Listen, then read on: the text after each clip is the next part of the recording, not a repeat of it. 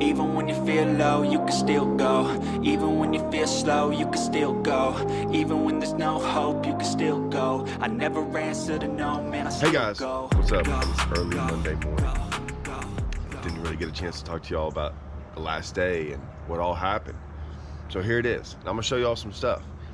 I think this is important. I think this is really important about fishing, and maybe it'll help y'all maybe think about some things, learn some things. I'm gonna show y'all some clips today of what happened on the final day. So here it is, final day, wasn't expecting to make the cut. It was all packed up, like I said, ready to leave, and then I catch that bag that I think it was like third biggest bag of the day, so it moved me all the way up into 19th place. Now, I'm in a good position in 19th place, okay? I can't really fall that many places, right? But I'm still close enough to kind of maybe do something, right? Maybe, I wasn't even thinking winning, but maybe make a top 10, maybe make a top 5. I figured a 15-pound bag would go a long ways. I'll be honest with y'all, a 16-pound bag might have won it for me.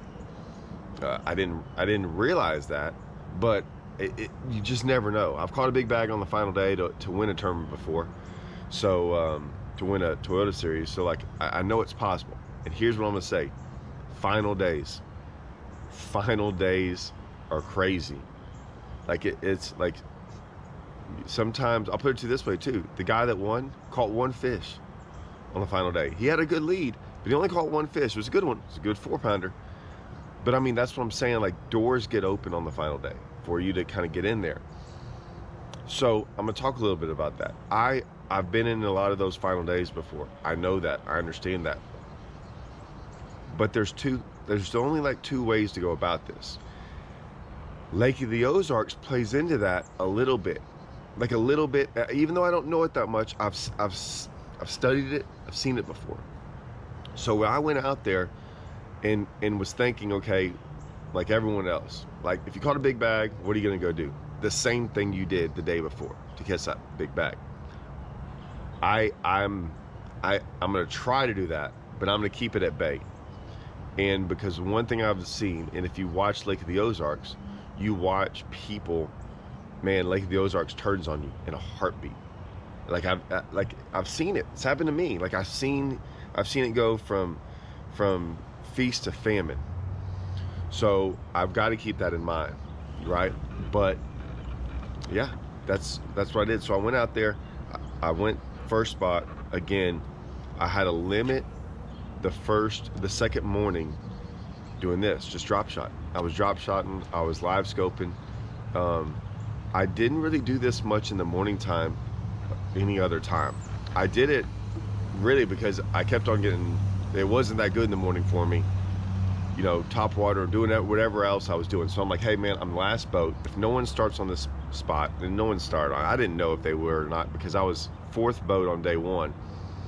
And so I was like, I don't know. I don't think anyone fished it, but who knows? So of course I'm last boat, basically last boat, 4th to last boat. No one's behind me. No one was even around. So I started on it, caught me 2. Now I'd caught 5 the day before there, which helped me catch a bigger bag because I wouldn't say it relaxed me, but allowed me to go do some things. So I caught 2. I could tell a couple things. One, way harder and way less fish. So the day before, you know, when you're live scoping, you usually see more than you catch, right? I didn't live scope all of them. Like I think when I say that, like some of them I saw individually. Sometimes there was a pile or 2 around, but I really wasn't focusing on the piles. But I saw a lot of fish. Saw a lot of fish swimming around. I didn't hardly see any. I caught some, and I caught small ones. I didn't catch that many small ones the day before.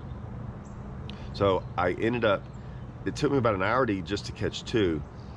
It took me about an hour and 45 minutes to catch all 5 the day before. So I was like, man, this isn't going, I don't see as many. So after 2, and I left. So I left, and this is the deal. This is what I've been telling y'all. That acorn hits me on my head, man.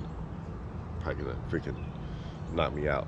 So I left, and I did it the day before. I caught a limit the day before of drop shot fishing, and instantly went topwater fishing. Like I don't know. I'm interested to see what people do, because I know a lot of guys that watch a lot of my series, the Alabama Water series or the Deep Blue series or things like that. I'm quick to just go do something else. I don't know how many other people do that. I don't know how many people are like, we're gonna go live scope drop shot fish, and we're gonna go do it all day long, or we're gonna go flip docks all day long, or we're gonna go do this. Well, I don't do that. I just went and caught a limit, and I just went and did when we say, I don't know if throwing a topwater bait down the bank, like a plopper or something, is any more different than drop shotting live scope fish. I mean, those are the two worlds apart, right? I mean, you got topwater, you got on the bottom, you got spinning rod, you got a bait caster, you got on the bank, you got suspended fish, you got freaking braid, you got floor, you know what I'm saying? Like, you got deep, you got shallow, it's all you got open water, you got freaking whatever. It's totally different. And I went and instantly did that, started catching them. Now, I put together a limit. I know Patterson, the guy who, he was doing the stuff for MLF, taking pictures and stuff. He rolled up on me, and he's like, "You got him?" I'm like, "Yeah, I got a limit." Because I went and caught 3 doing that. And 3 or 4 or 5, I don't know. I was catching some small ones. I caught some that didn't help. So, yeah, I went and did that. I left that, and then I went straight out deep fishing again. Because I caught a couple of those big ones out deep off of one spot. So that's when I went and did. I went and fished deep. Now, that deep, I didn't start on it because I knew better. And this is what I'm talking about. I knew better because I caught 2 fish off of it when I first fished it. And then I had to come back to it and fish it forever to catch another one. So I only caught 3. There's only 3 bites I had. And it's why I really didn't put much into it, because I had a suspicion that there wasn't a lot of fish there. I wasn't live scoping it, wasn't doing anything like that. I just found it fishing. And so, because it was really, really deep, and they were on bottom, whatever. And so anyways, after I stayed out there and couldn't get a single bite, I left again, went and topwater fished, did some other things, and I ended up going topwater deep. Every time I went topwater fishing, I got bit. Every time I went deep, I did not get bit. I did catch one on a drop shot out there, suspended over like 40 off this point. As I was trying to fish deep off this other point, I kind of looked out there and caught one. It kept. But then, as that's going on, this is the other thing about Lake of the Ozarks. So Lake of the Ozarks, in lakes, you got to be, like I said, Saturdays, right? It's Lake of the Ozarks on a Saturday. The wind's blowing about 1 mile an hour, and there are freaking 5 to 8 footers out there. I swear. Maybe not 5 to 8 footers. They're like 3 to 5 foot waves out there constantly from these giant boats. And man, I wasn't gonna do this in this video. I don't know. Maybe I'll do it. If this pops up, yeah, you have these people all over the lake. I don't know how many times it happened to me. This one was the only guy that made me mad, because I actually had to reel in because he was going to run over my line. I literally was like pointing to him, and like I thought he was going to hit me at first because his boat was pointed right at me, and luckily he turned. And but yeah, so anyways, after all that happened, right, after getting, not that it was a big deal, I was getting cut off by boats and running over my line, and people freaking cutting in between me and points constantly, and just people were just, oh, look at that house. Well, I don't care if that guy's sitting right there. Let's just go drive right by him so I can go look at this house. That's what they're, I don't know. They just want to drive by the shoreline. They want to, it's crazy. Bass fishermen sometimes get a bad rap, because we go things like usually at 100 miles an hour, right? We pull up right to no wakes and shut down. These people didn't care about no wakes. They don't care. Like there's rules on these lakes about not waking boats, or like not, there's a certain distance you're supposed to be away from boat docks. It ain't for bass fishermen, it's for these people. They drive, they don't even know what a wake is. They just drive right by boat docks and do all this stuff. No wonder. That place is different on Saturday. Now, that affects the fishing. It has to, because I could not get a bite deep all day long on bottom, which is, like I said, Lake of the Ozarks will do that to you. I had a feeling it would. So I don't know if I can catch a big bag like that doing that style. So I just keep adjusting, and that's what this video is about. It's like, hey man, I like just go fishing. So I mean, I'm fishing longer. I've never weighed in a single fish flipping all week, right? And all of a sudden I'm like, I could have.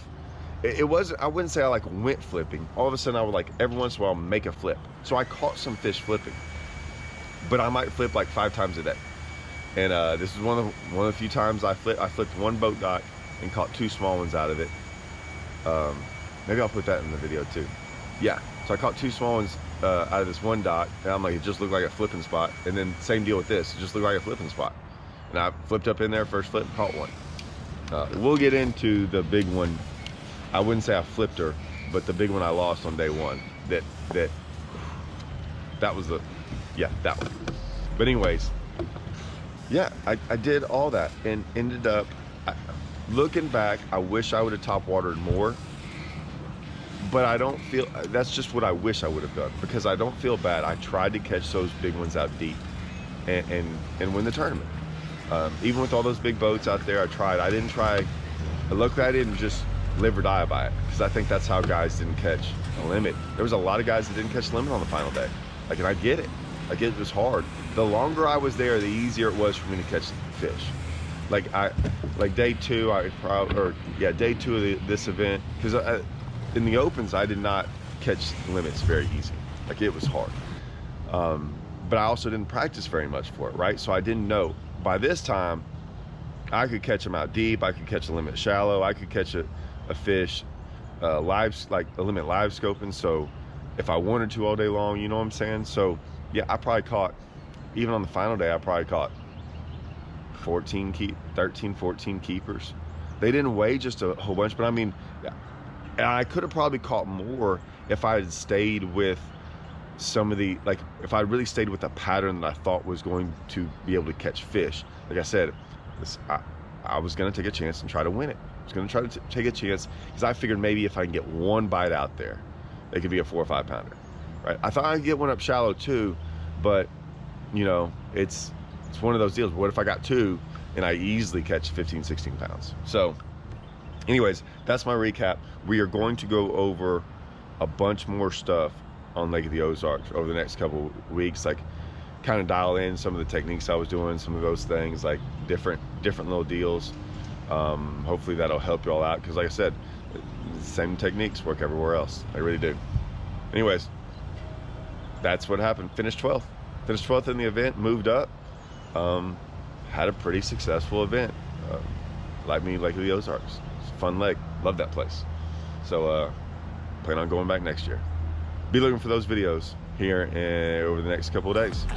See y'all.